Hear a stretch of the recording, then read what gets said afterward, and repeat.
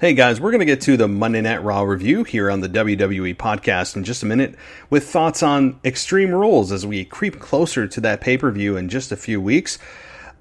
Big Show being a big part of Monday Night Raw, Randy Orton not being on Raw and why we loved it, Bayley and Sasha absolutely killing it right now, and of course, getting into some nostalgic conversation, so everything's going to get rolling right after this. Hey, so if you guys have a podcast or are thinking about one, you know how important it is to have great audio quality and have great intros and outros. It tells your audience that you're serious about what you do, so don't leave your audio up to chance.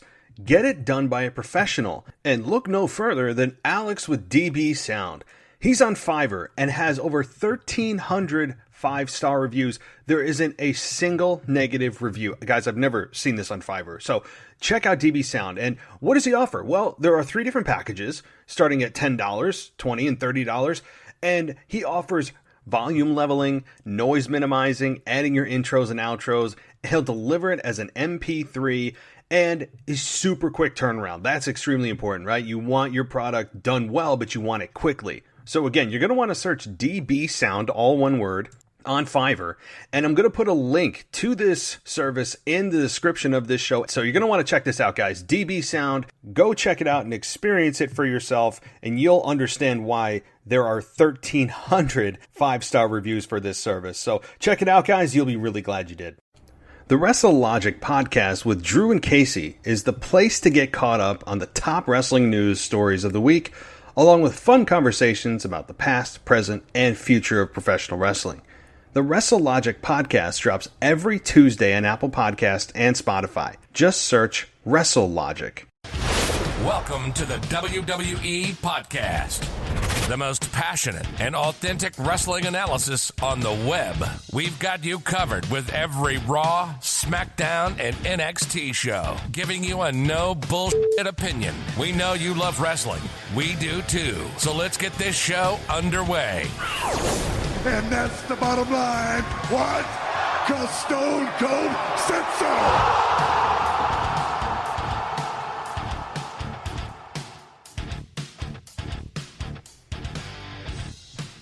Hey guys, welcome to the WWE podcast. It is Tuesday, June 30th, 2020. Say goodbye to June, folks. It is now rolling into July. As you are listening to this, more than likely it is already July 1st, so welcome to the hottest month of the year if you're in the United States. And before you know it, the leaves will be turning and we'll be back to the cold and the snow, at least here up in the northeast part of the United States. So thank you so much for listening, guys. We got a crazy good show for you, and I've got Anthony DeMarco back with me to discuss Monday Night Raw, and of course, discuss some nostalgic moments as we just kind of dissolve into wrestling nostalgia. And so I know this is a Monday Night Raw review, and we do review Monday Night Raw, but we also just take a step back in time, and our conversations just naturally roll into the past. So if you are a big Ruthless Aggression era person, then this would be the show for you, along with the current product. So we really cover a lot of stuff, including Monday Night Raw, of course. And I hope that you guys enjoy it, even though towards the end of the show I couldn't even remember the main event of Raw. I mean, I was like, wait, so who's in this match? You'll see, right? I had to ask him twice who was in the main event of Raw. So you gotta love when I just keep things in and don't edit them out, so you guys can make fun of me for he calls himself the WWE podcast and he didn't even know what the Monday Night Raw or main event was. Yeah, for a brief moment I had a brain aneurysm and I just totally forgot. So So anyway, thank you guys for enjoying the show, as I hope you do if you're listening to this. Thank you for listening, and you can catch me on Facebook at the WWE podcast. On Facebook, just facebook.com/the WWE podcast, as we continue to evolve or transplant our show over to Facebook and Twitter, which is at WWE_podcast because of the lack of Twitter, which they have pretty much officially banned me for life. So check me out on Facebook and on Twitter, on Instagram. I'll eventually get Twitter out of my brain. So again, We review Monday Night Raw. This is a great conversation with Anthony. We really dive into a lot of different topics, and I hope you guys enjoy. If you listen to the show before, then you know what to expect. If you haven't, then you're in for a treat. I think Anthony and I have a really good chemistry, and it's always fun to talk to somebody who knows wrestling and has a passion for it like I do, and it's great. So anyway, just a quick last note. If you're wondering, the rest of the schedule tomorrow is in Wrestling Nostalgia, of which I will be covering at Anthony's request, Edge versus Mick Foley at WrestleMania. So if you guys don't remember that, I will cover that and, of course, provide audio to you for Edge versus Mick Foley in a brutal, brutal match that happened at WrestleMania 22. So we're going to be diving into that tomorrow. And then, of course, with NXT and AEW happening tomorrow, the AEW and NXT shows will be here for you on Thursday. So that's that. And continue to check out the website, guys. I'm working on a few updates there, and it is your central hub for the podcasts and some other things that I know I talk about forever, and it's just a matter of like finding time in my life to do them, which I promise I'm eventually going to get video on there. I promise. So that'll be coming, even if it's a small snippet of a video. It won't be a full review, right? It's not going to be a full review of an entire show, but it'll be maybe like a 5 or 10 minute clip of talking wrestling, and maybe that'll be exclusive to the website. So that's what I'm thinking. What do you guys think? If you guys want a short clip of wrestling, maybe submit questions to me.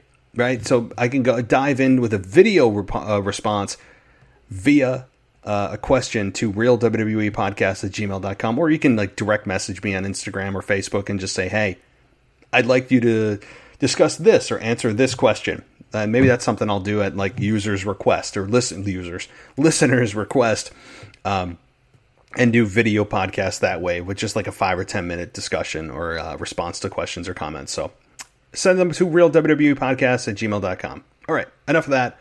Let's get to the conversation with Anthony. Hope everyone enjoys it, and I will talk to everybody soon.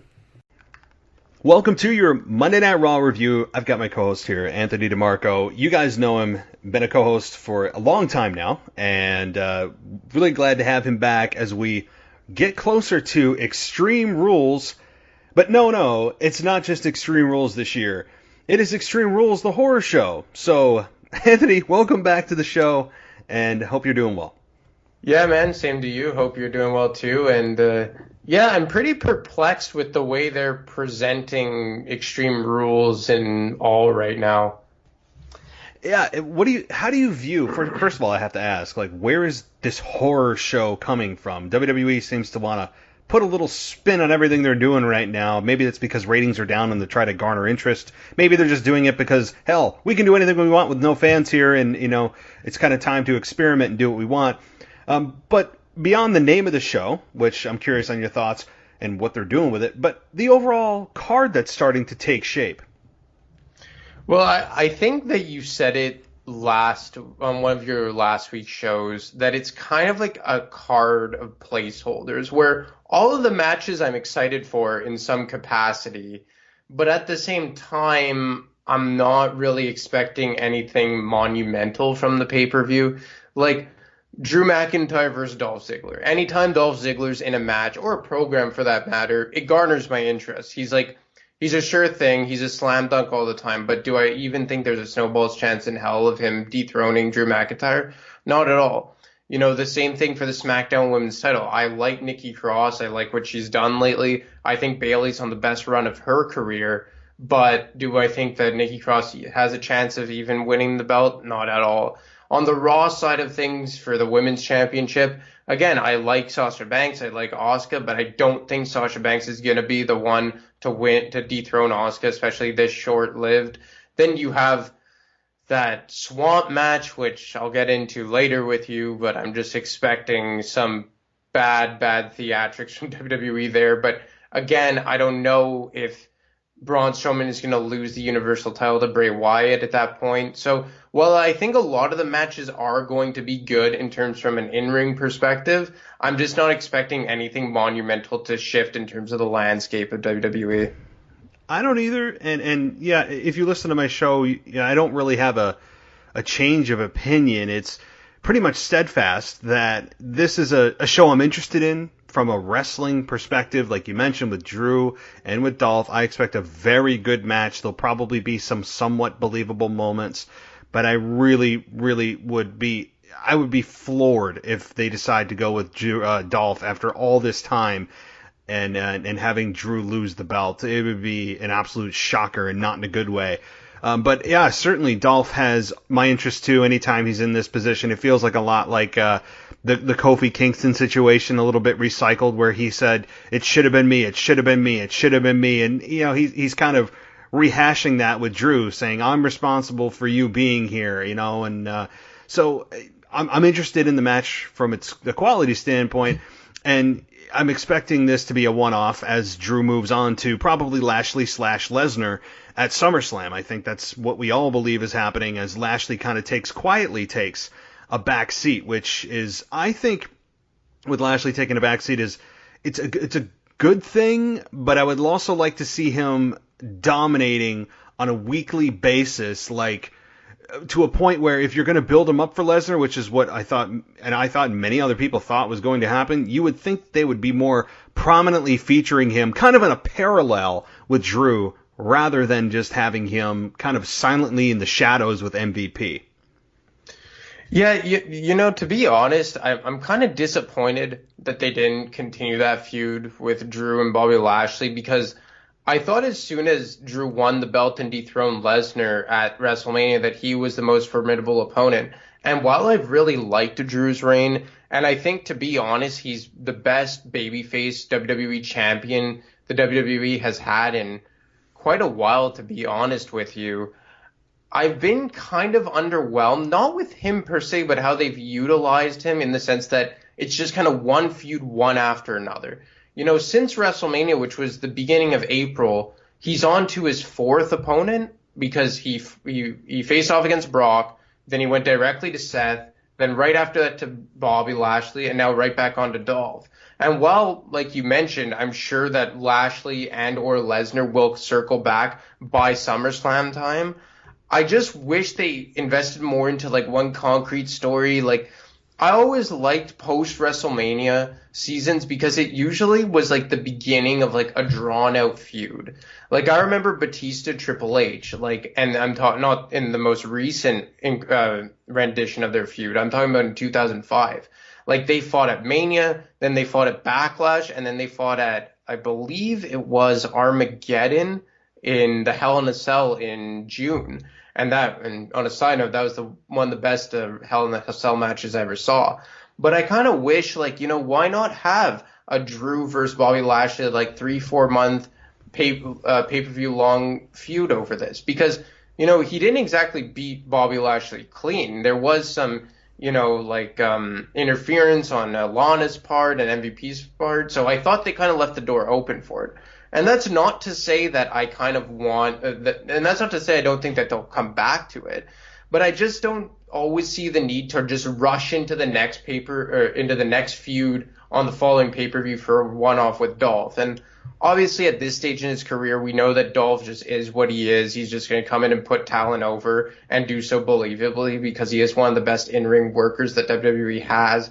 But at the same time, I don't want to see him always just get completely buried as a stepping stone onto the next big thing for then champion. Yes, and the thing is, with Lashley, like you said, if they're going to go Lashley versus Brock, or Lashley versus Brock versus Drew, or just straight up Lashley versus Drew at SummerSlam, I would think one of those combinations is happening. I think that is pretty well known. And that's cool. I'm good with, honestly, either of those. All three of them sound good. I would like Lashley to be involved in some way, as he should be. I mean, it shouldn't just be a rematch of WrestleMania. But with Lashley, I agree. Like, why did they cool him off so quick? In other words, he's not losing matches, but they've kind of put him out of the public's eye.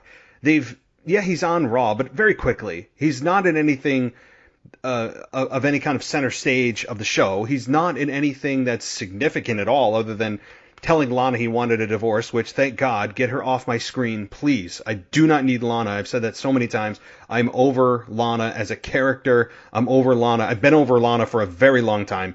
I think she just kind of needs to just go away for a while. But he just is not in a position that you would want him to be. You build him up, build him up, build him up. He faces Drew McIntyre, loses to Drew McIntyre in a way that, as you said, is an out, where they could protect his character and protect the way that he lost. Understandable. So now if Lana's gone, he can refocus his career. And with MVP on his side, that to me has been the best thing that's ever happened to Bobby Lashley was MVP. And I love that combination. I hope there's no discussions of breaking those two up. They are magic together. But yeah, like you said, and really, actually, if you count Big Show, this is like the 5th or 6th program that he's been in, because Big Show challenged him that same night. I mean, that's kind of forgotten too, but I want Lashley, and I said this before, I really, really, really want Lashley to be in the main event. Hell, I would actually be okay if after a long-standing feud with Bobby Lashley, that Lashley ends up being the one to dethrone Drew McIntyre. I would be okay with that. I really would. I'd rather have Lashley as champion than Lesnar if given an option.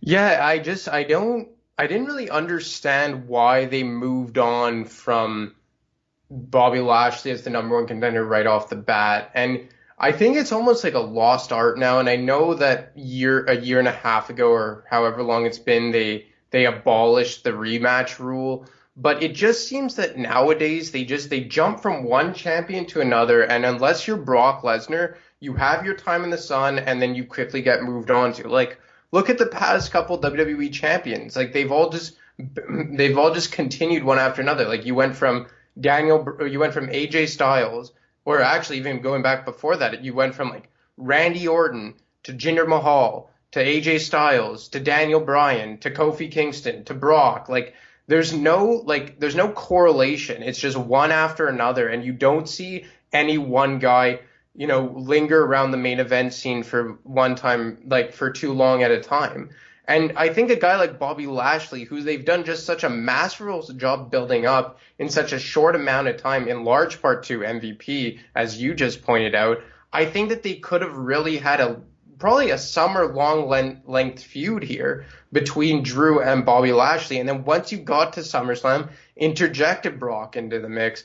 Again, and this is no slight on Drew or Dolph, because I think, like I just said, Drew's the best babyface WWE champion they've had in probably over 3 years. I always like what Dolph brings to the table, but it's just, why just give us a match that, while we know it's going to be great from an in-ring perspective, is as predictable as it could be, when you could invest more time into a feud of Lashley and Drew that has potential. You could go more places with it. And as we talked about the last time we were on, Bobby Lashley could realistically dethrone Drew McIntyre and wouldn't be the worst option. And to be honest, aside from Drew right now and maybe Seth Rollins, Bobby Lashley would probably be the best man to hold the WWE Championship on Raw. So I don't know. It just seems like a pointless lateral move from WWE's perspective to move on to Dolph right away.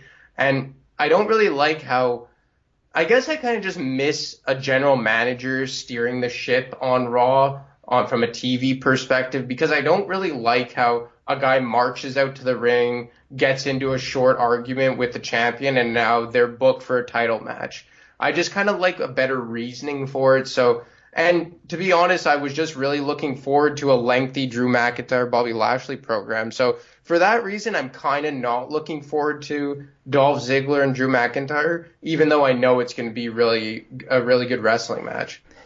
It could be. It's a shame that, Dolph Ziggler is a topic that, I mean, you could make many, many shows out of his career of start and stop, and the potentials and the what ifs with Dolph Ziggler, and being compared to Shawn Michaels and all that kind of thing, which I see why. I mean, Dolph really inarguably is one of the best, if not, you could make a case is one of maybe the best in-ring worker, maybe outside of AJ Styles and a couple of others, that WWE has right now. And for so long, Dolph has been like this.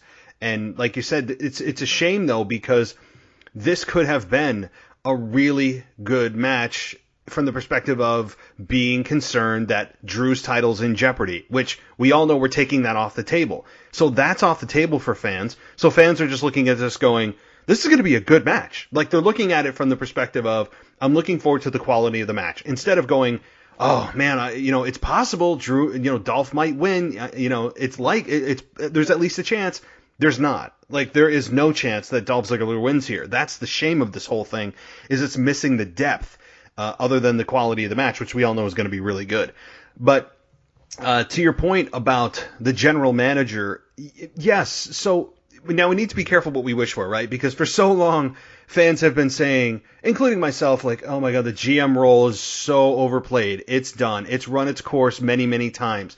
And while that's true to some degree, I hear what you're saying, though, that there's no overarching power or no overarching authority that is there to make decisions. Things just kind of happen willy-nilly with no explanation, and then other times things need a contract to be signed, where other times it's just implied. Like, there's no congruity in terms of how things happen.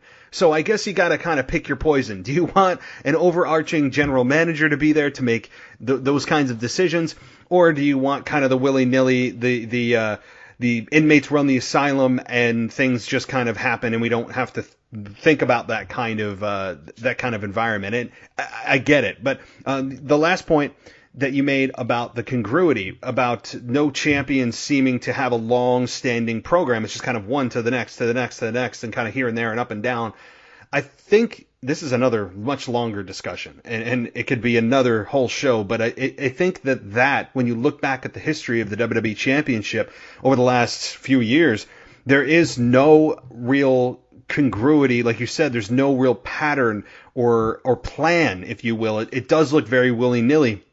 And I think that speaks to WWE's lack of ability to really create a mega babyface or a mega heel, build stars. That is how this business thrives. That's how any business, whether it's sports, NBA, MLB, you name it, what do people watch them for? The stars. I don't care what show, what sports event you're watching, or sports entertainment in this case. Building stars is key. That's where the money is. That's where the ratings are. That's where the dollars come in. And if WWE can't do that, like any other business, they're trying to, I think, catch lightning in a bottle. They're trying to see, wait, maybe this person will catch fire. Maybe this person will catch fire. And they don't seem to have any true faith in one person to give them enough time to try to get over. Instead, this is why we see a lot of hot-shotting with belts. Maybe this person, let's try this person. Maybe this person's got something. Instead of going, you know what? I see this person or these people as the potential future of the company. Let's freaking go with it. And I think that's what you're seeing as a result of a lack of being able to build stars. Like, I could be wrong on this, but since they did the newest rendition of the brand split, and I'm not talking about just recently when SmackDown moved to Fox, but it was 2016, right, when they split it again? I think it was. It was in July. It was like midsummer, I remember. Yeah. Yeah, and when they did that split, Dean Ambrose was actually WWE champion, and he went to SmackDown with the belt. And since then, I think the only guy to hold the WWE championship more than once is AJ Styles. And I'm not saying I need like a Triple H circa 2003 to 2005 when he was the World Heavyweight Champion on Raw for seemingly like 3 years straight, save for a couple months here and there. Mm-hmm. I'm not saying I need that, but at the same time, it would kind of be nice to see them invest time into like one legitimate champion. Like just for instance, like Daniel Bryan's WWE Championship run from late 2018 to WrestleMania of last year. I thought he was on fire. And yeah, I understand that they gave it to Kofi, and we all know how we felt about that, but I understand why they did it. But I don't understand why they just shot Daniel Bryan back into the upper mid card after that. Or, AJ Styles, who probably before Drew McIntyre was the top babyface world champion that they had before he switched to heel. But, he drops it to Daniel Bryan, and I don't even know if he's gotten a world title opportunity since. I think he fought Seth for the Universal Championship earlier last year, but I'm not 100% sure on that. But and I get what they're doing, and I understand your standpoint that like the lightning in a bottle thing. But at the same time, it kind of like you don't really know who to get behind when they're always going up and down the card. Like sometimes it says something about strapping the rocket ship to a guy and pushing him. And I always use the example of JBL. And JBL, for the most part, was a tag team / mid-card guy. I thought his best singles run was probably, aside from his WWE Championship run, but when he had a run with the United States title, that's where I thought he always felt best. But, you know, he came out of nowhere. Like, they disbanded the APA, and then they just mega pushed him. And if they hadn't mega pushed him as they had, people probably wouldn't have got behind him even as a singles wrestler. And this doesn't always work because when they did it with Jinder Mahal in 2017, like nobody ever got behind that. So it's not like a one-size-fits-all mentality. But sometimes you really just have to invest with a guy and really push him. And sometimes it works and sometimes it doesn't. Like Eddie Guerrero in 2004, before they put the strap on him, and it's a shame that he only got one reign as WWE champion, and he probably would have if not for his tragic passing. But, you know, he was a tag team wrestler and was just coming off a feud with Chavo Guerrero in January of 2004. And then at the very next pay-per-view at No Way Out, he wins the WWE Championship for one of the most memorable WWE title wins ever. So sometimes you really just have to invest with it and go with it. And I find that they don't do it enough. It's like, but I'm kind of contradicting myself because they keep going from one to the next to the next to the next. But it's like, it's always such a short-lived experience. And as for the managerial role, I'm not saying we need a authority type reign when they would, every Monday Night Raw of 2014, Triple H and Stephanie would open the show. Like, that was awful. Or when John Laurinaitis was the GM of both shows in 2012. Like, that was too much. But, like, I always think back to Eric Bischoff. Like, he was always just the scumbag GM of Raw who he would show up here and there to kind of steer the ship. Or early days of Teddy Long before he made everything a tag team match, but the early days of Teddy Long. Or when Paul Heyman was the GM of SmackDown for a short time in 2003. I don't know, just something. Even if the GM shows up once a month for like the first show of the month just to like, you know, check in and get up to speed with things. Or the first show after a pay-per-view, you know, just to clean everything up. Just some congruity to steer the ship. Yeah. Maybe there's a happy medium, and that could be somebody coming in, like you said, just occasionally. It's not in a weekly figure, and this person could be running Raw from a remote location, and they show up, like you said, every month or so, or 2 months, whatever. So, yeah, I could see that. And for God's sakes, I don't need Triple H or Stephanie. I mean, I remember that was... that got really exhausting real quick with them. And I'm glad you brought up JBL, too, because, and I know we're supposed to be covering Monday Night Raw. We're going to get a little more detail in just a minute. But with JBL, I haven't really talked about him much on this show. And that's not because I don't think that he had one of the greatest runs of all time. He did. He just honestly has never come up because of many, many other things happening and going on and topics to discuss. But JBL, 280 days that he was champion, 9 months he was champion. And I remember, like, when he first became JBL, if I'm not mistaken, it's burned in my memory for some reason. He attacked Eddie Guerrero. I believe that was his first time that he truly was a heel version of himself, the suit-wearing JBL, attacked Eddie Guerrero, and I was like, what the hell is what is he doing? And then I was so mad, but JBL can talk. I mean, JBL has got an amazing promo ability.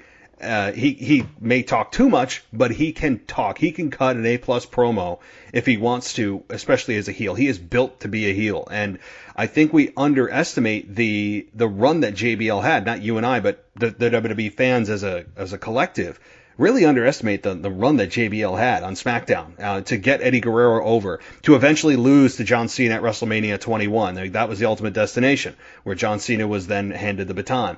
But with JBL, man, I remember that when he got chokeslammed by Big Show when they were in a steel cage match, and he only escaped because the ring collapsed and he was able to get underneath and escape. So, I mean, I remember all that, and it made me so angry at JBL, but damn, he was good. Yeah, he was. I see a lot of Baron Corbin, like, as JBL, like a similar type, just annoying guy. You just want to see his head get kicked in. But the difference is that JBL, it was such a slow burn. I don't know if anyone got as much good heat put on them as JBL. Like, I don't think he ever retained his title once in a non-sleazy way. Like you said, whether it be climbing under the ring or Orlando Jordan and the Bashams, like dragging his bloodied body onto his opponent. You know, it was just some always backdoor way that he would retain the championship. But it was, like you said, he held it from June to April or whenever WrestleMania was then, because he won at the Great American Bash in a Texas Bull Rope match. And even that way, the way he won that match was even like backhanded, where like Eddie Guerrero jumped over him and tagged the ring post, but his shoulder touched first, something like that. And it was just such a way that you were just begging for him to just get his ass kicked. And like, he had lengthy feuds with Eddie Guerrero, with The Undertaker, with Booker T, Big Show as well. I remember him, Kurt Angle, and Big Show had a really good triple threat match at the Royal Rumble in 2005. Like, and then finally, after almost a year, what'd you say, 280 days? Yep. The longest reign in SmackDown history, I believe, for WWE Championship. It was such a good payoff. And I believe you touched on your weekend review, like this past weekend, about with Baron Corbin, even though he has such good potential of getting good heat, they never let it get to any kind of point. No, that's the whole thing. And I see what you're saying with Baron Corbin. He does kind of have that punchable face. He has that swagger and the arrogance that if WWE had the damn patience to let it build, you know, even for, my God, a few weeks, they can't even go a full show without Baron Corbin ending up on his back, immediately blowing off the heat. Let it build, man. I mean, I don't understand why WWE, and maybe it's their concern of putting a smile on people's faces or making people feel good, especially in today's day and age. But we all know, we're watching pro wrestling, folks. I mean, it's nobody's taking it that serious, but you want to get invested in characters and you want to cheer for people that you admire and you can relate to, and you want to get invested in hating a character, and you want to see the babyface beat down that bad guy or bad girl. And with Baron Corbin, man, there is so much there, and they just can't help themselves. Whether it's, you know, Roman Reigns beating him for the umpteenth time, or whether it's someone interrupting him, putting it on his back this past week on SmackDown with Jeff Hardy interrupting him and then eventually losing the match. I mean, I don't know why. They're probably, if they're scratching their heads why Baron Corbin isn't, you know, at the level he should be, maybe they should take a look in the mirror and say, hey, we aren't even allowing his heat to build. That's the whole point of a heel. You build it and build it and build it, and you build to that moment. You crave as a fan somebody to stand up, somebody to finally put them down. That's what we watch this for, and they just can't even help themselves within the same show they blow off the heat. And it's weird because they knock it out of the parks with other guys like Seth Rollins. For me, like, have they done a better job building a heel recently than Seth Rollins? No. Maybe Randy Orton. Yep. Like, those two guys have just been, well, Randy Orton, this is one of the best runs he's been on in probably, you can almost argue ever. Almost. Yeah. Yeah, like, I would say since he had the legacy behind him and he had the beef with the McMahons. And Seth Rollins, I don't think, whether it be his stint with the Authority or his babyface run, like, this is bar none his best run for me.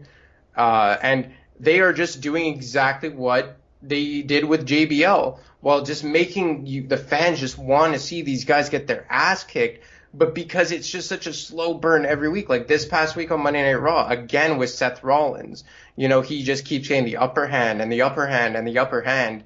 And then eventually you're craving for it. And Randy Orton, like you said on past shows, like, I think we very well could have to wait until 2021 to see him get his. But then you look over on SmackDown and, okay, well, they have AJ Styles as Intercontinental Champion and Bray Wyatt, you know, coming out of the woodwork now. But for the most part, it's a very babyface-driven show on SmackDown right now, at least from my standpoint, where each and every show, it seems like you're seeing the babyface go over on the heel, specifically Baron Corbin most of the time. You're listening to the WWE Podcast. We'll be right back after this short break. Hey, so if you guys have a podcast or are thinking about one, you know how important it is to have great audio quality and have great intros and outros. It tells your audience that you're serious about what you do, so don't leave your audio up to chance. Get it done by a professional, and look no further than Alex with DB Sound. He's on Fiverr and has over 1,300 5-star reviews. There isn't a single negative review. Guys, I've never seen this on Fiverr. So check out DB Sound. And what does he offer? Well, there are 3 different packages starting at $10, $20, and $30. And he offers volume leveling, noise minimizing, adding your intros and outros. He'll deliver it as an MP3 and a super quick turnaround. That's extremely important, right? You want your product done well, but you want it quickly. So again, you're going to want to search DB Sound, all one word, on Fiverr, and I'm going to put a link to this service in the description of this show. So you're going to want to check this out, guys. DB Sound, go check it out and experience it for yourself, and you'll understand why there are 1,300 5-star reviews for this service. So check it out, guys. You'll be really glad you did. Hey, so if you guys are into rap, then you should check out Just In Case Rapping Grandpa. The song is called I'm a Boss Boy. It's available on all music apps and YouTube. So check out, again, the name is Just In Case Rapping Grandpa, and the song is called I'm a Boss Boy. So I'll give you a little bit of a listen here. Check them out on all music apps and on YouTube. I'm that boss boy. Yeah, I'm that boss boy. Rapping grandpa, everyone knows I'm that boss boy. Yeah, I'm that boss boy. I got them boss toys, and everybody knows I'm the freaking boss boy. See, I freaking came from the gutter. I'm like no other. Back in the day, you know I had that butter. Snowman, red monkeys, and them Air Force One. And if you wore a top T, I bet my hands touch one. See, I'm from that hustle man. New York, Chicago, VA. Welcome back to the WWE Podcast. Let's get back to more great wrestling audio.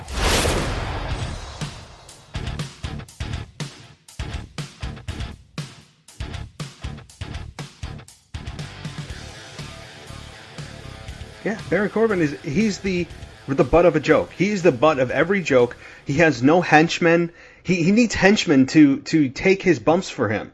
Now, I mean, not all heels have to have a stable, but it's usually just kind of heel one-on-one. It doesn't hurt to have, in this case especially, he needs henchmen to take his bumps, be the heat seekers, where Baron Corbin ends up, up the ramp while his henchmen end up getting their ass kicked, but they don't quite ever get to Baron Corbin. I mean, that's a tried and true formula. I don't understand what they're missing here. They have Baron Corbin ready-made as a future Universal Champion. I hope Baron Corbin eventually gets a hell of a run and a long run. But yeah, so tying it back to Monday Night Raw with Seth Rollins this week, I loved where they were going. They finally decided to give Seth a win, get him back on a roll, and yeah, I know WWE has been doing a nice job with building his character, but ever since he lost at Mania, lost at Money in the Bank, he seemed kind of lost. He injured Ray's eye, and since he injured Ray's eye, that to me was the turning point in his entire character. Seth feels more comfortable. He seems truly psychotic and just like hallucinating about who he is and the greater good and sacrificing people and all of that thing. He's just totally out of touch in a good way. And having Murphy there was good. I'm not sure where Austin Theory was, unless I missed that, but I hope AOP are on their way back too. I've loved the work of Seth Rollins. Oh yeah, this is for me Seth Rollins' best run in WWE. It was a decent run. I never really fully got behind the babyface gimmick, but right now, for whatever reason, he has found his niche.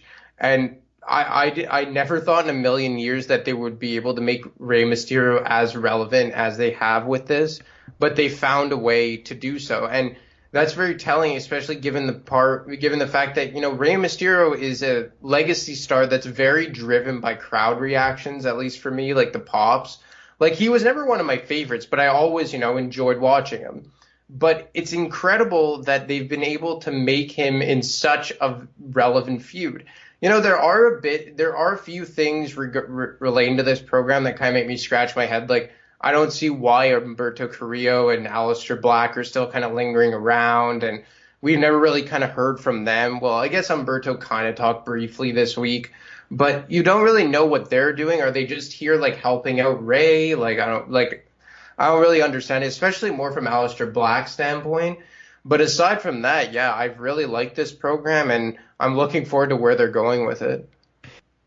Yeah, and I think the reason that they're with Rey Mysterio is because they were victims of Seth's group themselves. So I think that that's the reason. They just have a common enemy. And I like Aleister Black finally being able to break his silence, and Humberto Carrillo too, of like being able to speak. I mean, for a long time, it's just been kind of beyond for Aleister Black anyway, sitting in a room and asking people who wants to fight, knock at my door, all that whole thing.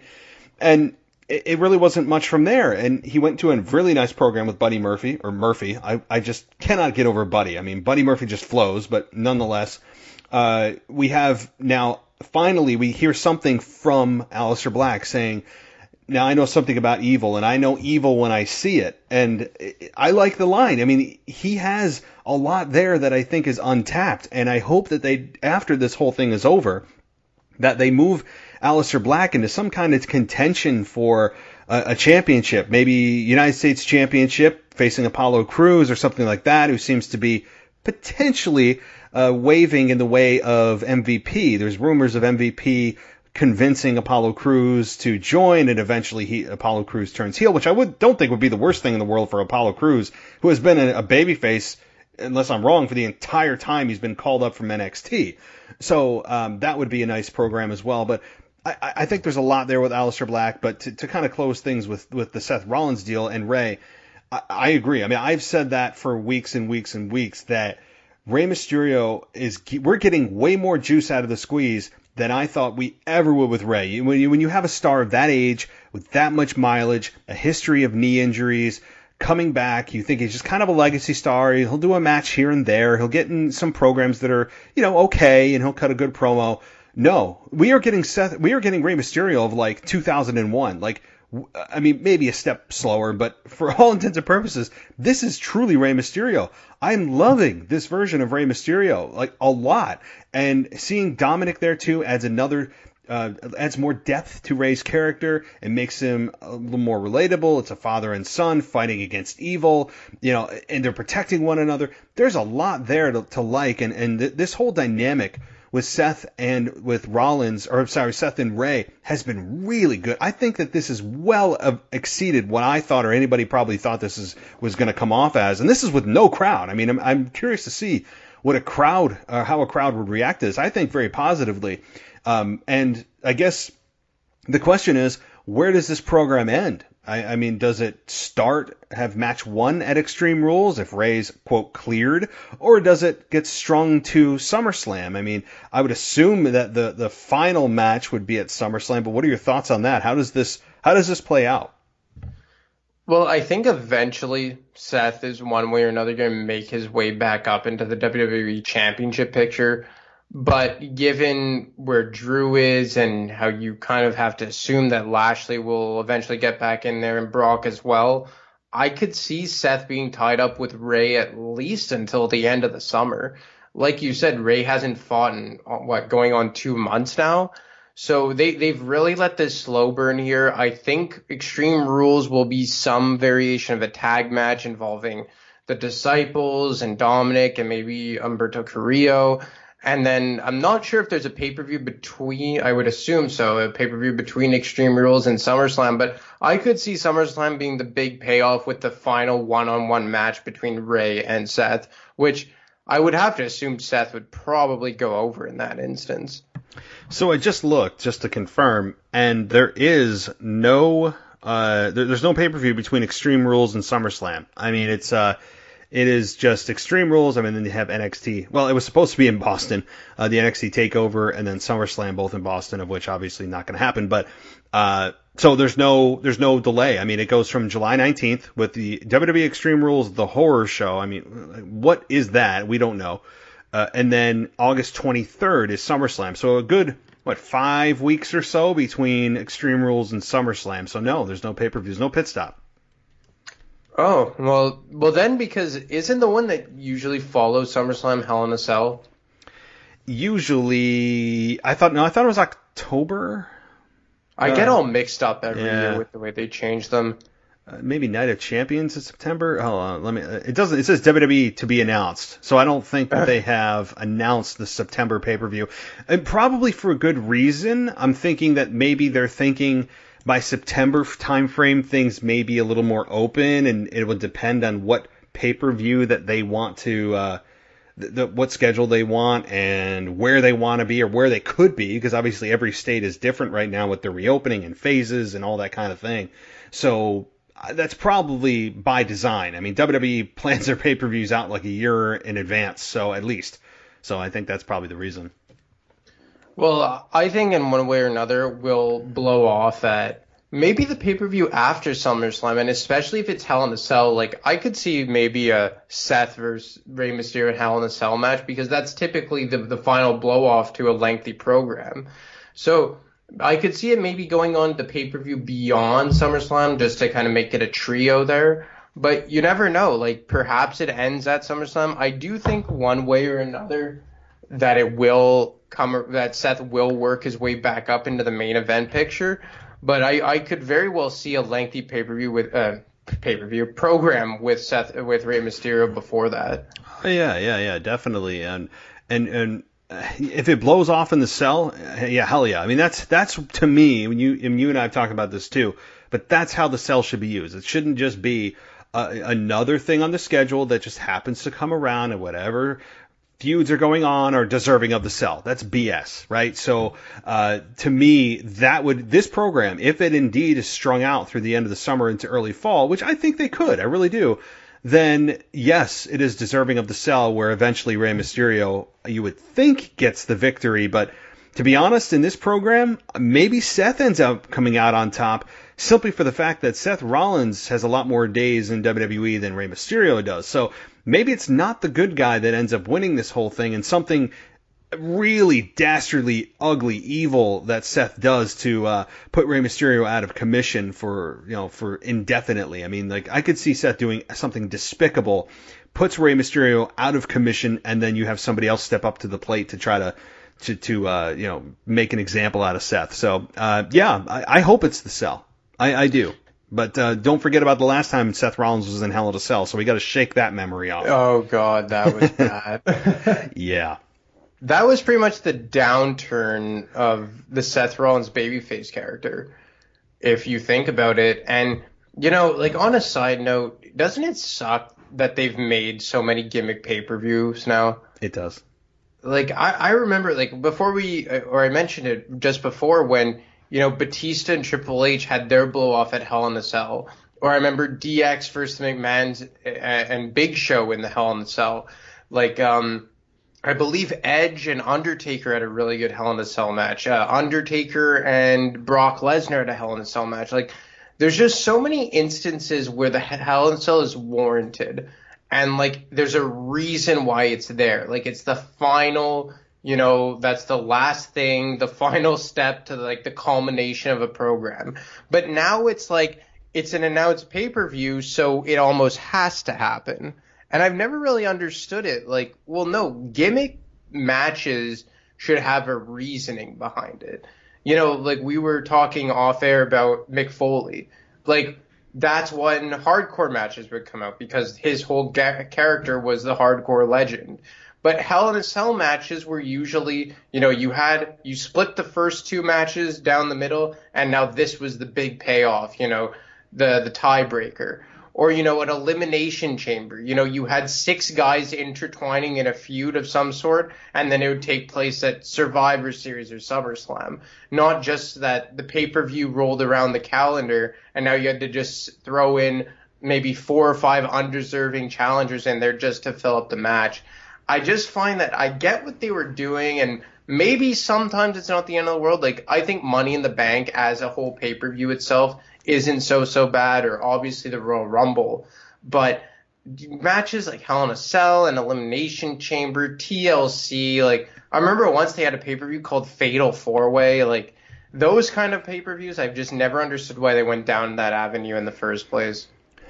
It's all about marketing. It's all marketing. That's why they're coming up with these silly names for all their pay-per-views now. I mean, look what they did with Backlash. They put it in the actual logo. Greatest wrestling match ever. They did WrestleMania, too big for one night. They've got now Extreme Rules, the horror show. Who comes up with these things in production meetings? What? I would love to be able to talk to people that come up with this stuff. And it's like, why? Like, oh, it's marketing. Well, what is this marketing, right? Like, I don't understand it. It comes off cheesy. And yeah, the Hell in a Cell deal, I could rant about that for, many, many, many hours. And just to really sum it up, yes, the Hell in a Cell is designed for blow-offs. It's not designed as a transition move of sorts. If you're going to equate this to a wrestling match analogy, the Hell in a Cell has become the new super kick, meaning there's just one that it always happens. It used to be a finish. Now it's not. It's just kind of like one of those transition moves. No, Hell in a Cell should be a finish. It should be the culmination. It should not just be a part of the schedule that's this gimmick thing like TLC, and somebody has to have a tables match, somebody has to have a ladders match, somebody has to have a chairs match, and then somebody has to have all three. Like, it really just kind of, the gimmicky stuff, I think, takes away from the actual story more often than not, because you're focused on the gimmick and not what emotionally attaches you to the damn thing, which is the story. Who did what and why? How did they get here? Tell us what the story is. Why should I care who wins and loses? And instead, they rely on these superficial type of marketing of the weapons or the whatever it may be. Like, give us substance. Substance isn't superficial weapons and gimmicks. And I think that's where they're missing the boat. But tying this back to Monday Night Raw, as I'm trying really hard, what do you think about the Big Show, who really seemed to be a prominent part of Monday Night Raw and being in several different interviews and several different segments? How do you think he's coming across at this stage in his career, and do you like what they're doing with him chasing down Randy Orton? Well, the Big Show is kind of just a sure thing. You know what you're going to get from him for his age and for his size, arguably in the best shape he's ever been in his career. He's great in the ring. And I feel like even though that he constantly switches from babyface to heel, no matter what character he's trying to portray, he does it well. He knows how to work his character as either as the angry giant or the lovable big guy. But right now, he has this intensity to him that we probably haven't seen in quite some time.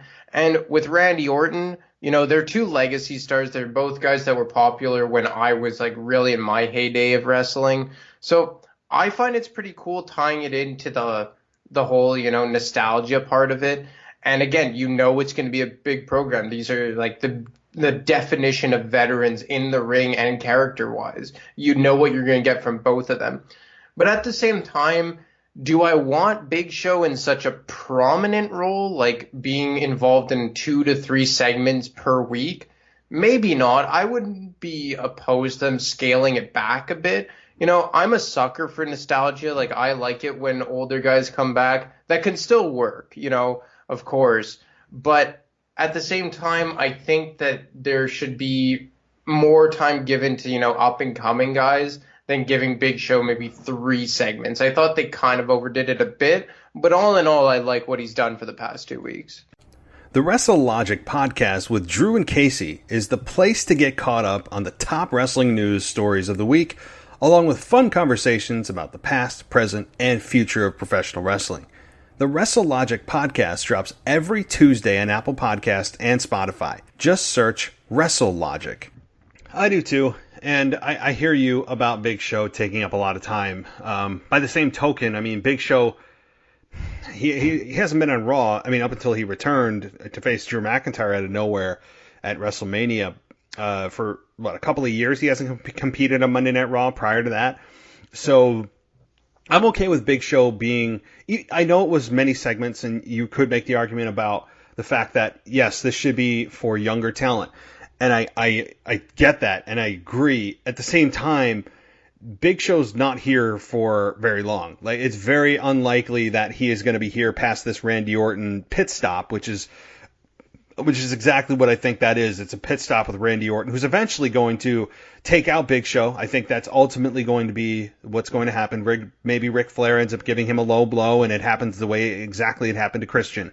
And Big Show gets punted in the head, and we don't see Big Show again for months. I mean, I don't think this is going to be a long-standing program with Big Show and Randy Orton. I think it is kind of a one-off, which is eventually just going to lead to Christian versus Randy Orton, perhaps at SummerSlam. So I'm fine with Big Show, and I like this version of Big Show because this version of Big Show, it's not like he's playing a character. I don't feel like he's playing wrestler. I feel like he's being more Paul White. He feels more comfortable. He's just kind of like, hell, I'm at this stage in my career that I could just kind of say what I want. He seems very comfortable in front of the mic. He doesn't feel like he's really planning out promos. Like, I like this comfortable version, yet angry version of the Big Show. And it's interesting. I made a note on my show, I don't know when it was, a couple of days ago probably, that it seems as if there's a lot of different characters in WWE right now that are going through the same transition, and I don't know if it's by design or just it's kind of like happenstance, where you have Bray Wyatt adding a new character, you have and starting to go darker again. You have now Edge saying he's bringing back the Rated R Superstar. You have Randy Orton saying that he's transitioning back into the Legend Killer. You have Big Show saying, "Oh, you know, I'm not going to be the huggable giant. I'm going to be the angry giant." Like, and I think there's another example I can't think of, but it all seems like everybody, or like, it's just kind of coincidental that you have all this handful of characters essentially headed in the same direction for their own respective darker version of themselves. Yeah, and it's crazy because they've all done really well with it. They're all four guys that you just brought up that are very well received by fans always. And for the Big Show, it's pretty cool because unless he was like that monster giant, he always did feel kind of like he was playing character from a babyface perspective or playing wrestler, as you mentioned. And I guess it is just that relief of, you know, well, I'm at this stage in my career, so what the hell is there to lose? And it comes off so comfortable. And I think maybe another reason why they're trying all these different things, for better and for worse, is because, like you've mentioned before, there's no fans. So they almost have carte blanche to try whatever they want. Sometimes it blows up in their face, and sometimes in these instances it works. Like, from the Bray Wyatt standpoint, like, I'm really curious to see what happens with him, how he's going to juggle all three characters. But for Randy Orton, like, the thing with him is that whether he was the Viper or the Apex Predator or the Legend Killer, Randy Orton has always been really intense, but this is a new side of him, like almost meshing all of his characters into one. Of like, he has that intensity and seductiveness as he did as the Viper, to the cockiness as the Legend Killer, as into the intensity he had most recently as the Apex Predator. And like, I don't know, Randy Orton right now, like, maybe he very well could be the best wrestler they have going today. And with him paired with the Big Show, you just know that it's going to be a program that they're going to get a lot out of, because each of them have been around doing it so many times, and they've been in programs together. I believe when Randy Orton was the head of the Authority, they had a match at Survivor Series for the World Championship. Like, you just know what you're going to get from these guys, and it's always good stuff. So, yeah, it's really cool to see Big Show back doing this well at this stage of his career, and there's not enough good things to say about Randy Orton. No, there's not. And I like how they kept Randy Orton off TV this week. It's fine. I have no issues with Randy Orton not showing up or attacking anybody. That to me shows restraint. It shows that they're willing to sacrifice Randy not being on a television screen for the sake of a storyline. Bravo. Like, that's the way you should do it.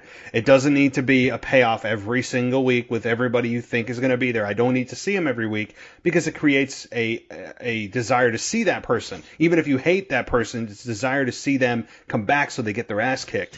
And I was rooting for Big Show to find him. I find myself truly disliking Randy Orton, and that's the biggest compliment I can give. I mean, Randy Orton comes off like this is truly who he is as a person, and you and I have sung his praises, and I'm not going to go down the list of things, but yeah, Randy Orton is on a hell of a run, one of his top runs of his career. And having Big Show also show up as another legacy star, there's history there. These two can work together. It's a built-in storyline, and I think we all know what's going to eventually end with Big Show on his back looking up at the lights with a punt.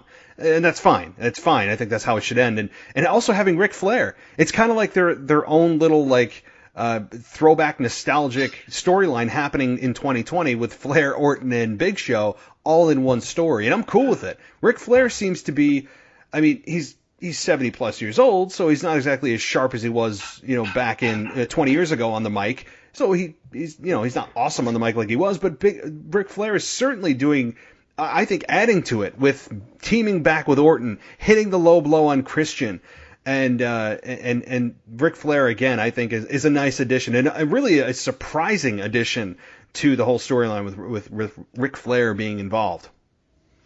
Well, just on Raw right now, they've just done such a masterful job of building up true heels with a lot of heel heat, like up and down the roster. In the main event scene, you had Bobby Lashley and Seth Rollins. Then you had Randy Orton in the program with Edge and now Big Show. Lower down, you had, Angel Garza and Andrade with, you've sung her praises, how well Zelina has built heat for that stable. It just seems like on Raw, every single week they do something masterful to advance the heels. And what that does is make the fans hate them and just desire for the baby faces to, get over with them. And then you compare it to SmackDown, where we just described what happened with Baron Corbin and how it's just the polar opposite over there. And just to focus on Raw, it's just amazing how well they've done by building true heel heat over the past few months. They have. I was concerned about Angel Garza and Andrade. I still am a little bit. I know that they ended up winning, but man, their whole beef with one another, I'm not following why. Like, why do I need to see this? They're two heels, right? Like, I don't want to see two heels fight one another. Plus, it's like this group. Well, Zelina Vega is, and I will continue to sing her praises. It's nice to see her on multiple segments. Hearing her on commentary is always a damn joy. I love that character through and through. I think the issue has been like that group that she put together a number of weeks ago or months ago now. It was originally Angel Garza, Andrade, and Austin Theory. Now Austin Theory's gone, and now you have beef between Andrade and Angel Garza. This group just can't get off the ground. It's like they can't get a streak going. Drew McIntyre was kicking their heads off for weeks and weeks. And they just can't. And then you have Andrade lose the United States title. This group just can't get off the ground, and I don't know why they won't just allow this group to grow naturally. I don't know why they won't allow this group to just take off and start tearing maybe the tag team division down. I think that's, if they're not going to put them in singles competition, put them in the tag division. Have them compete for the Raw Tag Team titles. God knows that the Street Profits need opponents more than just having anything you can do, I can do better, bowling and basketball and all that nonsensical garbage. Like, I think putting them in the ring with the tag team champions would be a much better fit. And so, I don't know. Those are my thoughts. I mean, outside of Zelina Vega doing an absolutely brilliant job of keeping the team together and building heat the best she can, I think the booking has unfortunately spoke otherwise, in that they just can't get on a roll. They just cannot stay together. There's always something going on. They don't gel. It's like, why even bother? They can't get any traction. Is my concern. Yeah, I find it kind of weird, especially given the fact of how, maybe the WWE doesn't think it, but from a viewership standpoint, I find the tag team division very, very weak, and they could be a very formidable tag team to go up against the Street Profits. And, the same could be said about Ricochet and Cedric Alexander, how they built them up really well in the first couple of weeks. And maybe this has to do with Paul Heyman being removed as executive director, but then they've pretty much been either off television or getting buried in short fashion like they did by Lashley this past week. And I don't really understand that. And I know that the Raw Tag Team Championships have been relegated to kind of a joke at this point, but it's just kind of bizarre to me that you would want to, like you said, do a heel versus heel program with Andrade and Angel Garza when they could be a great tag team, and especially when the tag team division needs it so much. And I guess that's the only thing right now that's missing for me on Raw, Because the women's championship, they've done really well with Asuka so far in her run. And we've already touched on Drew McIntyre's WWE champion. The U.S. title now is kind of being intertwined with Bobby Lashley and MVP, and everything that MVP touches at this point turns to gold. But the tag team titles for me right now are the only thing on Raw where there's just something to be left to be desired. Because they're either not on TV, and if they are on TV, it's a joke. And I just do not get it. And I know that there's been that rumor that Vince has never valued the tag team titles, but at least on SmackDown, they're relevant in some capacity. Like, I'm not saying that they have to be in the main event title, the main event of every Raw, or, have the championships defended all the time, which it seems like they are done on SmackDown. But at least just have them taken some sort of seriousness. Like, it's either just irrelevant or just relegated to a joke. That's been the perception, and it seems more than a rumor, because when you look at the history of WWE, it's never been the main event of, well, I shouldn't say never. It is almost never the main event of Monday Night Raw with the tag team belts at the main event spot. It's very rarely even the open of Raw. It may be like that middle of the show kind of secondary story going on, but it is almost never the focus of the show. And I know they have the WWE Championship happening, and that certainly is a belt that's more valuable and has more lineage, and I get it. But once in a while, you could put the tag team belts in the main event of Raw. And I'm not saying it's never happened, but I can't tell you the last time that it's happened and changed hands. It needs to be brought back to life. The Street Profits are ultra talented, particularly Montez Ford. We all know how insanely athletic the guy is. But to relegate them to bowling competitions and golf or whatever the hell else they're doing that is just downright embarrassing is really disserving the value of the belts. I think the viewer at home who now feels kind of insulted or has really taken their passion away for wanting to care about who's champion, because clearly WWE is telling you that whoever the tag team champions are, we don't really care either, because we're going to put them in track and field events and doing javelin and doing shot put or whatever the hell else they were doing, jumping hurdles. I mean, like, it's a damn shame. It would be bad enough if it was just any two tag teams out there they just had a friendly feud going on of anything you can do, I can do better. The real victim here is the championship belts. I think that's the biggest problem I have with it, is that the championship belts are being victimized because of Vince McMahon's incessant need to put comedy in shows where he thinks that when he sees an inkling of somebody that could potentially be funny, he takes it to the extreme and says, we got to have comedy in the show. Oh, you look like a funny guy. Look what he did with Otis. I mean, that's a whole other conversation too. But he sees one thing, takes it and goes, He puts the comedy segments and the perception of what pro wrestling is in his mind over I think the more important aspect of it, of the championships. Why everybody is in this company to win a championship, and you're telling us that basically these championships don't matter. I mean, that's what they're doing.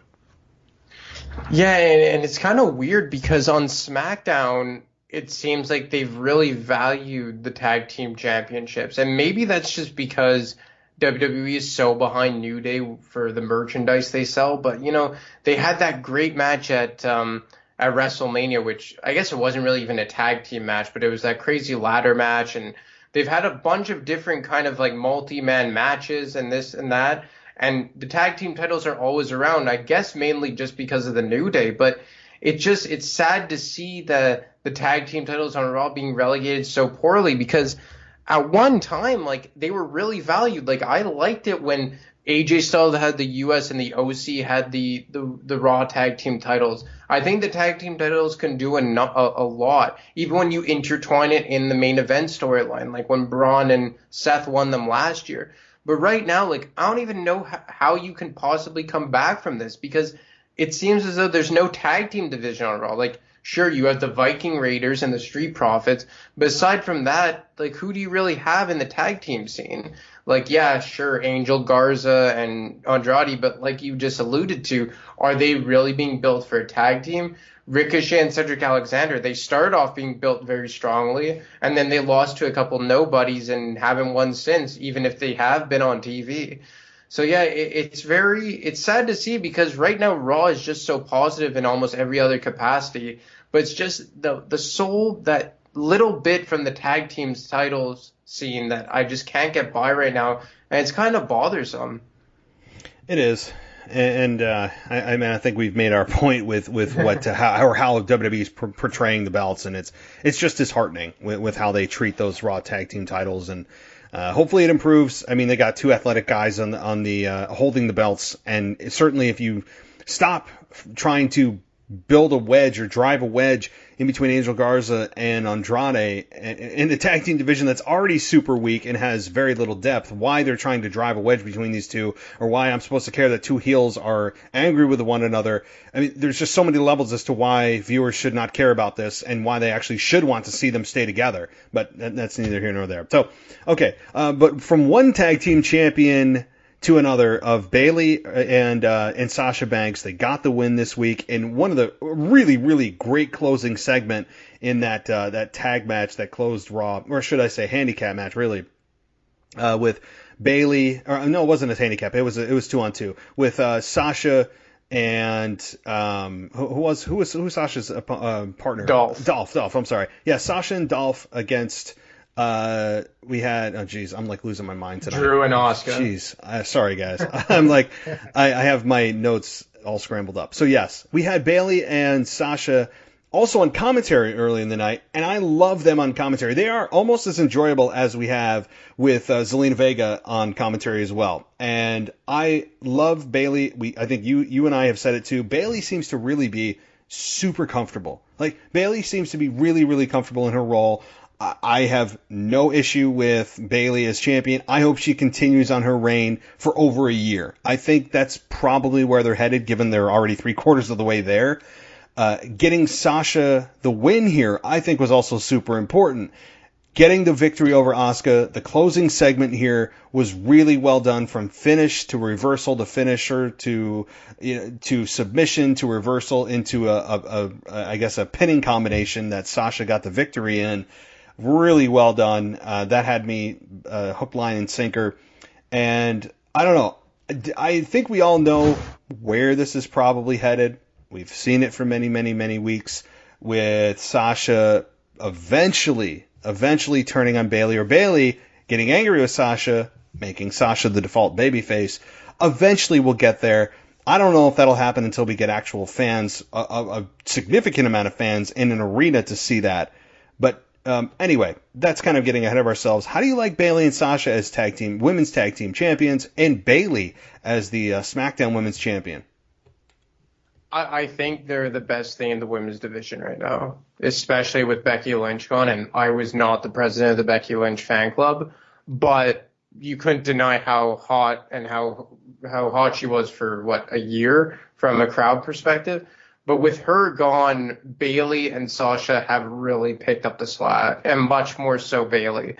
Bayley as the SmackDown Women's Champion, it's probably the most enjoyable women's championship reign I've seen in quite some time. I can't even remember the last time I've enjoyed a women's title reign as much as her. I think putting the titles on her and Sasha adds so many wrinkles into possible avenues they can go down.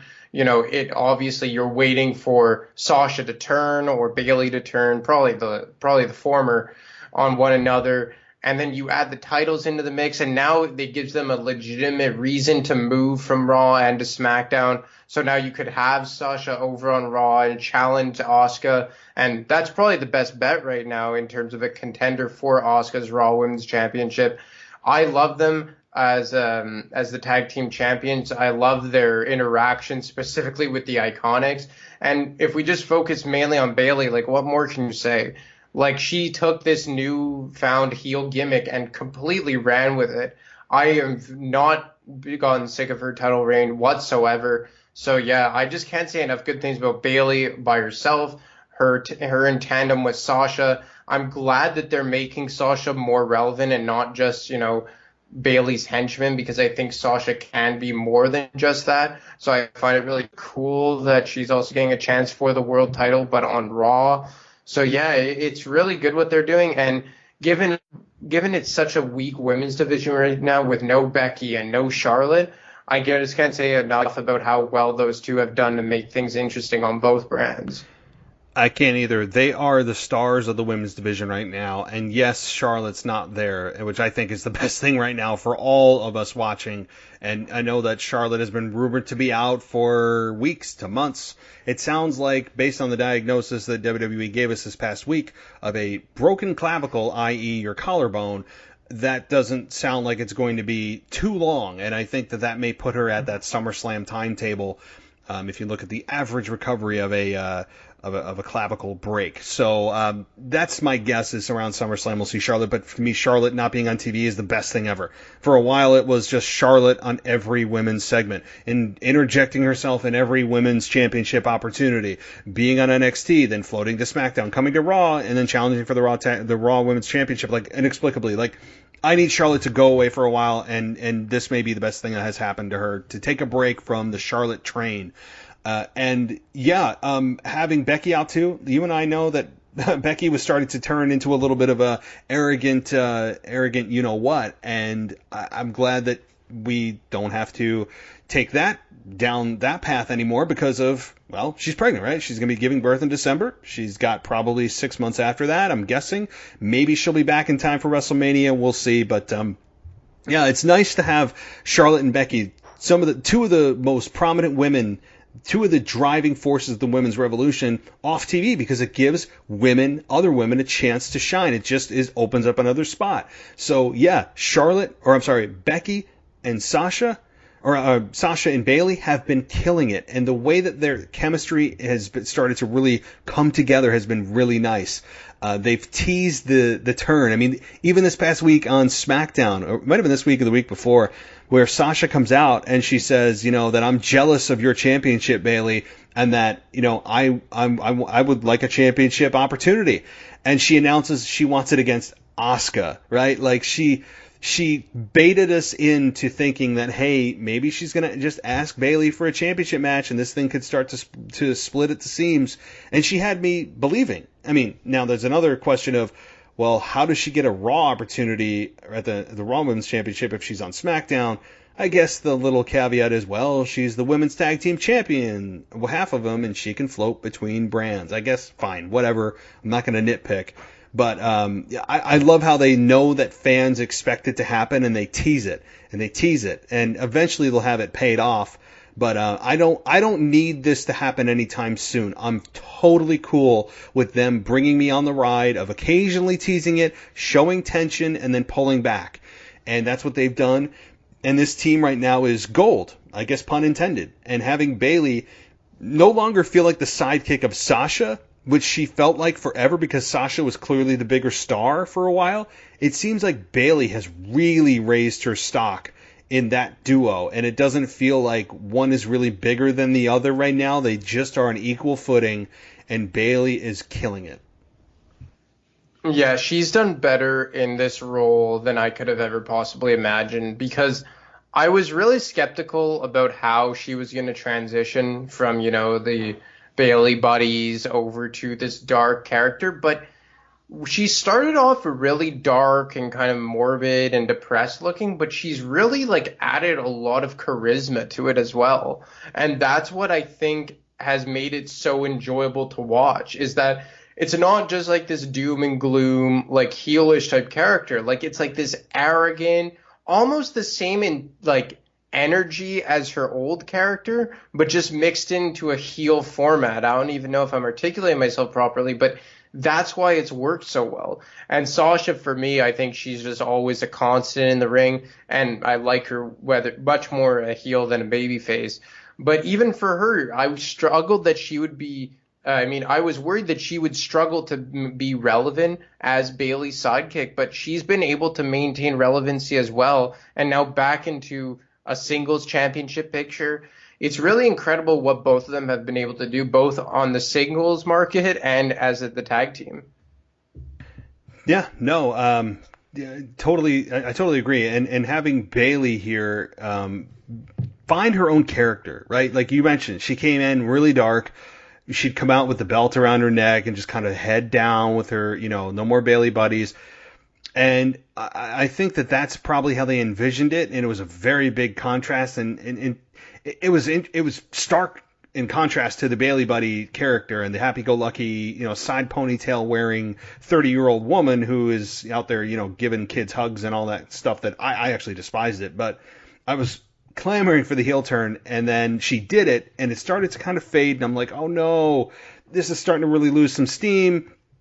And she just transformed this into like an Iconics type of obnoxious attitude. That's where, like you said, it's the energy of the Bayley buddies just morphed into this this obnoxious heel character that she's done a brilliant job with. I think honestly, what's making it so good is that I feel like she's being herself turned up to 10. I know it's a cliche in wrestling, but I do feel that. I feel like she's just kind of being the silly but obnoxious, silly character that is constantly in my ear on commentary or talking about the boss all the time, and just the way she speaks.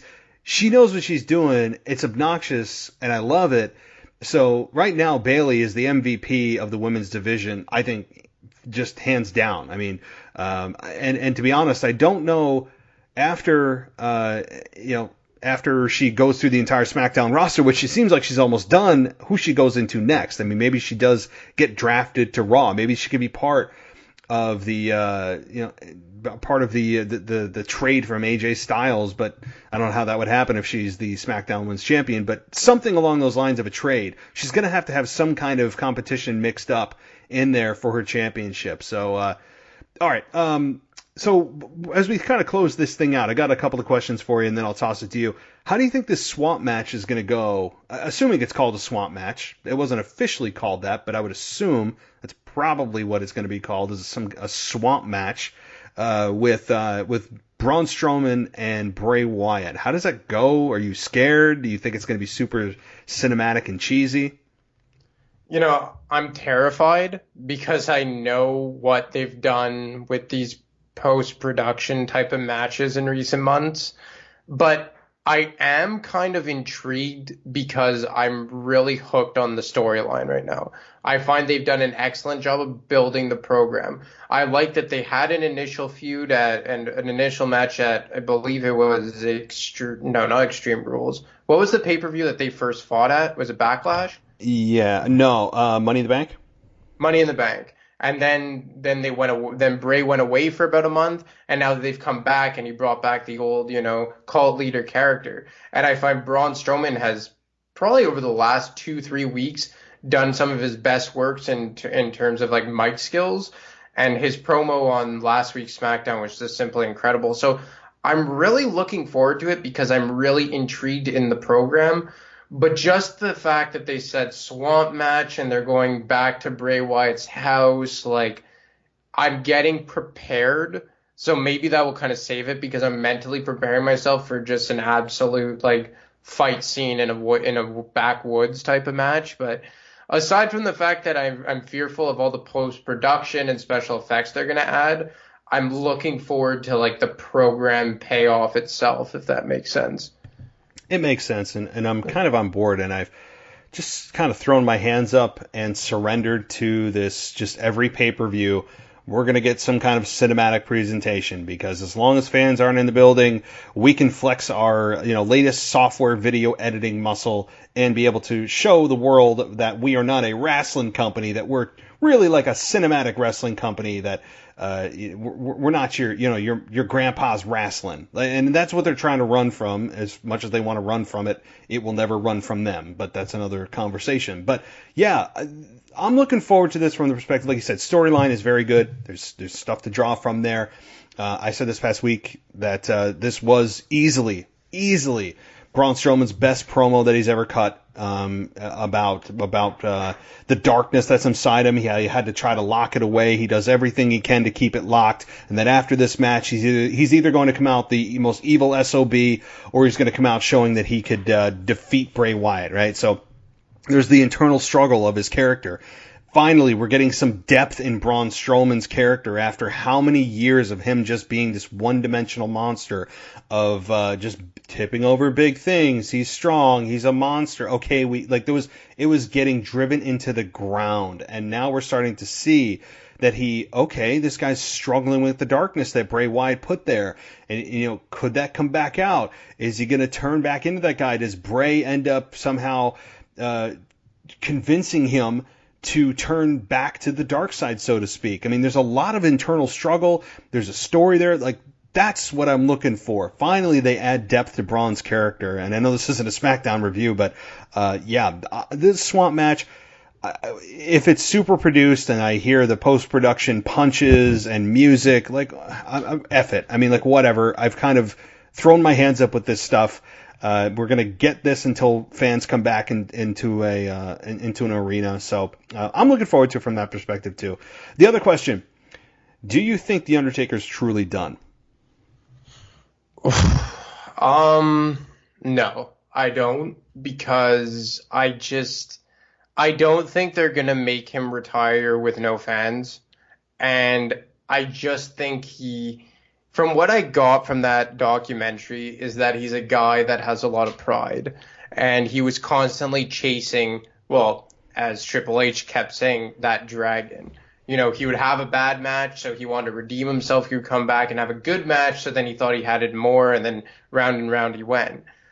He had a very good showing with AJ Styles, a lot in part because it was a post-production match. But does he really want to, as he said, ride off into the sunset in that type of format? I think he's a guy that's going to want another kick at the can. His last match in front of fans was, I believe it was the tag team match with Roman Reigns against Drew and Shane last summer. I don't know. I wouldn't be surprised if he comes back in some capacity one more time, but I wouldn't be shocked if he stayed away. But I do think they want, or he would for that matter, want more of a fulfilling end to such a historic career than that type of match. Agreed. And I know that the WWE is going with the narrative that Undertaker's retired, and thank you, Taker, and all of the stars on SmackDown, well, not all, some were chanting thank you, Taker, which I wasn't a big fan of. Right? That's a fan's organic chant. WWE tried to own that chant with their own stars standing on the stage. It was bizarre. I found it very forced. And I did not like that. There's other, that's not how, as a star, that's not if I'm a pro wrestler and Undertaker is somebody who is also in my profession, I stand there and chant a fan's chant on the stage to thank the Undertaker. It was very forced, which then forced all the other people in the audience to go along with that chant. It wasn't my thing. I know I'm nitpicking here, but that was just bizarre to see wrestlers using fans' chants on the show as a whole, putting feuds aside, standing there chanting thank you, Taker. Well, I didn't like it. But do I think The Undertaker is done? I don't. I know they're driving it home that The Undertaker said, no, this cowboy truly rides off into the sunset now. And The Undertaker did say that.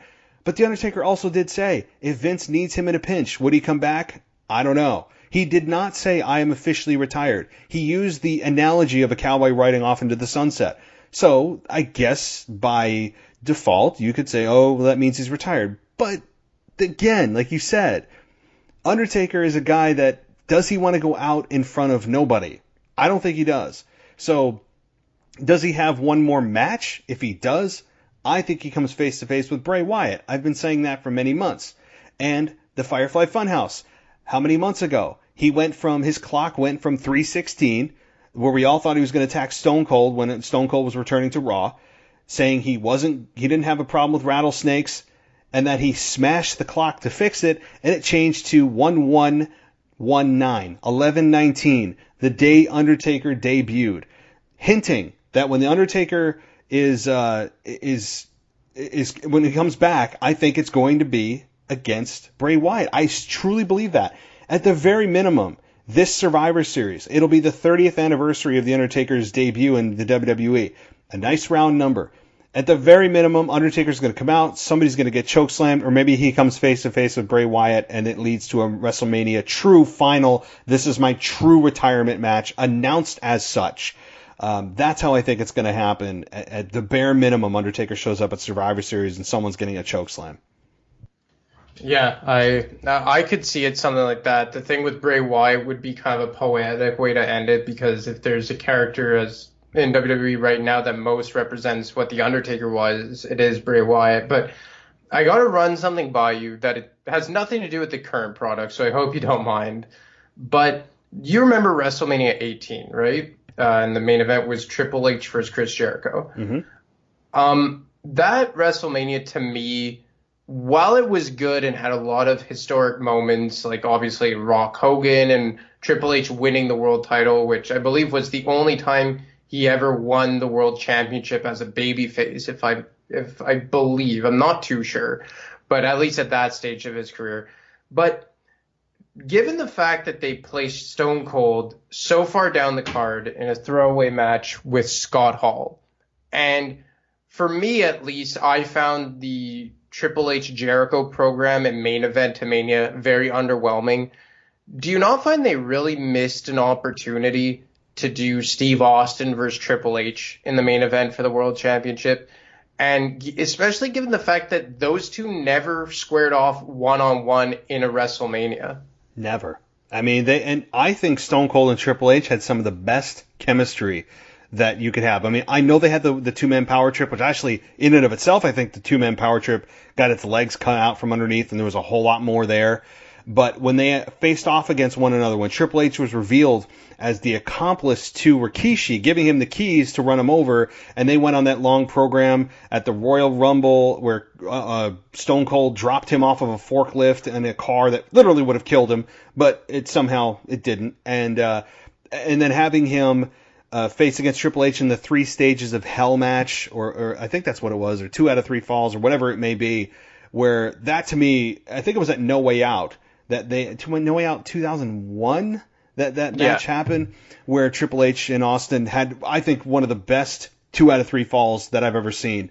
I mean, their chemistry was just off the damn page. They couldn't touch each other prior to that match. If they did, Triple H was going to deal with a 6-month suspension. Austin would never get another title shot if he violated that suspension. Triple H with the suitcase, pretending to sign, and then, I mean, I loved it. And how they missed the boat on Stone Cold never getting an opportunity to face Triple H for the WWF Championship at a WrestleMania is really missing the boat there, because you're right, Stone Cold versus Scott Hall. Does anybody talk about that other than how super crazy Scott Hall oversold the Stunner? I mean, that's all we remember is how insane the Stunners were. That's it. I mean, it was under 10 minutes. I'm looking at how long the match was. It was under 10 minutes for Stone Cold, shoved in the middle of the card against Scott Hall. How the hell it was never done with Stone Cold and Triple H. It's a shame at WrestleMania, because they had awesome chemistry. They always had great storylines. Triple H is one of the best heels ever. And I know some people dislike Triple H. I think Triple H is one of the best heels ever. And having him go against Stone Cold at a WrestleMania for the main event would have been infinitely better than Jericho, who, again, like you said, it was underwhelming going into that. Yeah, it was just, I understand why they went with Jericho, and it was kind of pretty cool that they trusted him enough to push him, given that time, there was The Rock, and there was Stone Cold, and The Undertaker, and Triple H, and Kurt Angle, and they went with Chris Jericho as the first ever undisputed champion.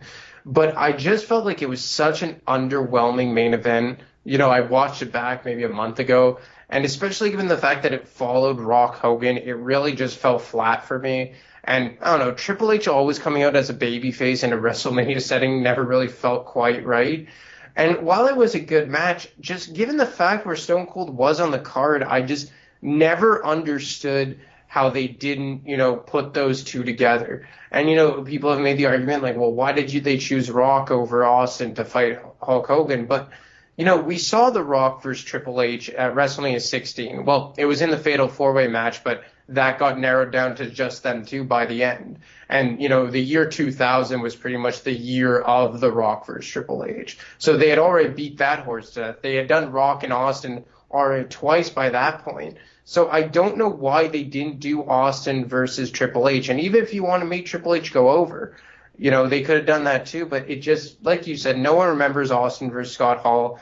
Not many people even remember Triple H versus Jericho. And, you know, when I think of WrestleMania 18, I think Rock Hogan as the main event. So, yeah, it was just something that I wanted to get your opinion on, because we know that a few months later, Stone Cold walked out because he felt he wasn't being used properly. So, yeah, it's just something that I always felt that WWE missed the boat on.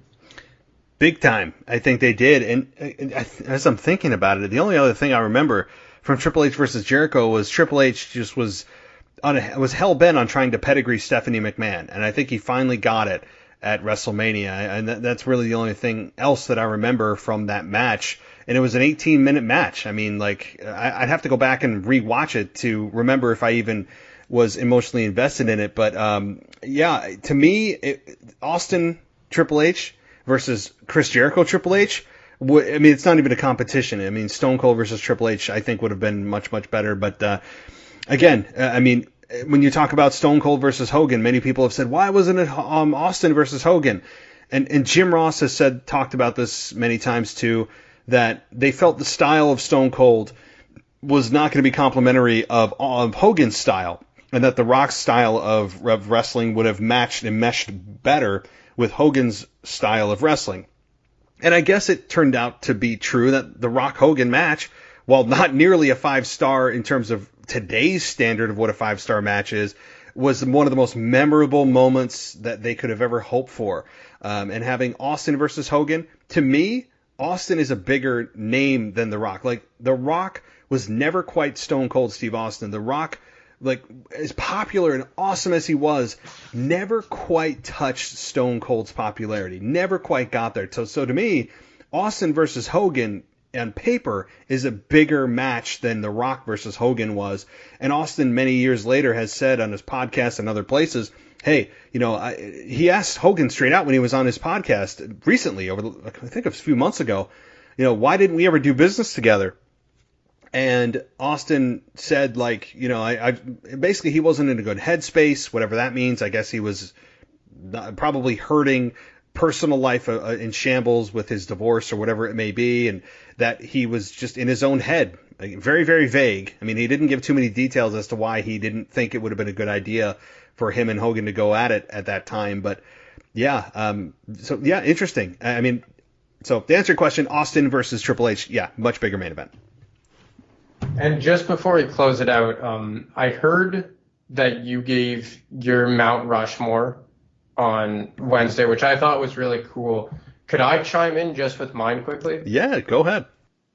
Like, well, I agree with 3 of your 4, like hands down, bar none, with Hogan, Austin, and Taker. And Austin, for me, is the best of all time. I think you mentioned he should have his own statue on Mount Rushmore. Oh, yeah. And I agree with that, those 3. And this is coming from a Rock fan. The Rock has always been my favorite, will always be my favorite. And I always kind of felt weird saying this, but for me, The Rock was edged out just by John Cena. And that's from a completely objective standpoint. And I think it's almost just out of respect for what Cena did. Because, yeah, The Rock single-handedly carried WWE in 2000 while Austin was out. But it seemed like Cena saved the WWE after Rock and Austin left in, I believe they were both out full-time by 2003, 2004. So John Cena is far from one of my favorite characters of all time or favorite wrestlers of all time. But I guess I just really have to give the respect that I felt like he deserved, in the sense that he carried them on his back for 10 years. And then even in, I guess, 2015 is when he stopped, you know, being the main event guy. And then he started doing all that good work for like the U.S. Championship. And he had that amazing program with AJ Styles to solidify him as a legitimate wrestler in WWE if you hadn't seen him in Impact. So yeah, I would have the exact same as you, except I'd switch out The Rock for John Cena. And that's coming from a guy whose favorite wrestler is The Rock. It was really hard for me, and I was battling myself with The Rock. I really was, because of, and again, it's hard because you're taking his movie career out of it. Like he's been in Hollywood longer than he was in wrestling. And like 3 times over. Yeah. So, but the thing is, Rock hit it at the right time. He was mega over. But you're right. John Cena was there much longer in a time that was kind of cooling off. The big stars were gone. It was a much more of a rebuilding time, and John Cena was there to be the anchor for the time in which, things weren't on the uptick, that's for sure. And John Cena being there as kind of the constant was critical for WWE. I mean, you can't underscore how important John Cena was for so long, and certainly outweighed The Rock in terms of longevity. And to me, like you said, where The Rock could have gone away and WWE would have been fine, if John Cena had gone away, it might have broken the back of WWE. Not that they would have gone out of business, but I don't think WWE would be as prominent today, or at least as well off in terms of maybe even ratings. I mean, John Cena, I think we underestimate how much of an impact John Cena had on the business for so long. And furthermore, I think John Cena has more natural promo ability than The Rock does. As much as we remember The Rock for being funny and cutting epic promos, I think Rock got exposed when it came face to face with John Cena, when The Rock had to write his promo in his arm, and John Cena made fun of him for that. And just quick wit, thinking on your feet. I think John Cena has almost anyone beat in that scenario. John Cena is probably the best talker that I've seen in terms of promo, selling ability, talking people into seats, making you feel something. John Cena is absolutely 5 out of 5 stars with that. And I think, as great as we all remember The Rock, and it's all nostalgic, and I agree, John Cena has him beat. Yeah, and The Rock was really short-lived in WWE, and from a main event standpoint, he really became, I guess, in the main event in late 98, early 99 as the corporate champion. And he stuck there right up until he left from a full-time basis in 2003. And John Cena was, he was in the limelight of WWE from WrestleMania 21, right, which was 2005, right up until about 2015. I know he had a short-lived title reign in early 2017 that he lost at the Elimination Chamber. But aside from that, whenever he's come back, he's kind of been in like an upper mid-card role. Like, I found it so cool that what he did after he won the United States Championship at WrestleMania 31, where he started with the open challenges. And you can see that WWE recognized how big of a success that is, and they've tried to replicate that open challenge thing with almost every babyface, like mid-card champion doing that now, whether it be the IC or the US titles. They try and replicate what John Cena did, and he had that 5-star classic match on Monday Night Raw with Cesaro, and I already alluded to his program with AJ Styles in late 2016, early 2017.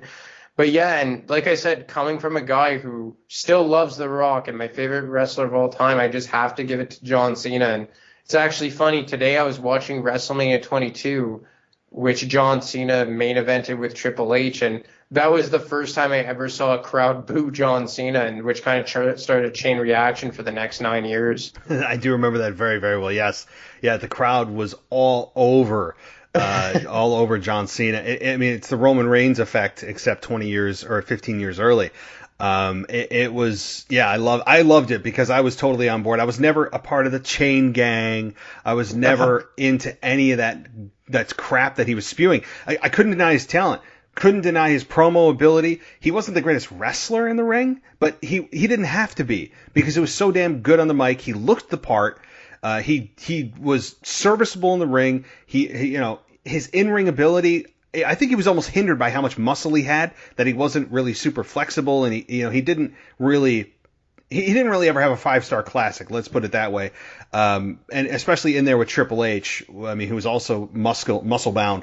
But I remember that. Oh, I would love that. And I remember the post interview that they had with John Cena, and that was his first real test of being completely destroyed by a crowd when he wasn't supposed to be, and him saying, for those that stuck with me tonight, I'll forever be there for you, or some kind of like, nonsense. And it was, you could tell it kind of shook him a little bit. And from there on, I mean, it was just on a on a weekly basis of like, John, let's go Cena sucks. I mean, that went on for many, many, many, many years. But anything else that we didn't discuss? I'm sure there's little things on Raw that we didn't touch on, but anything else?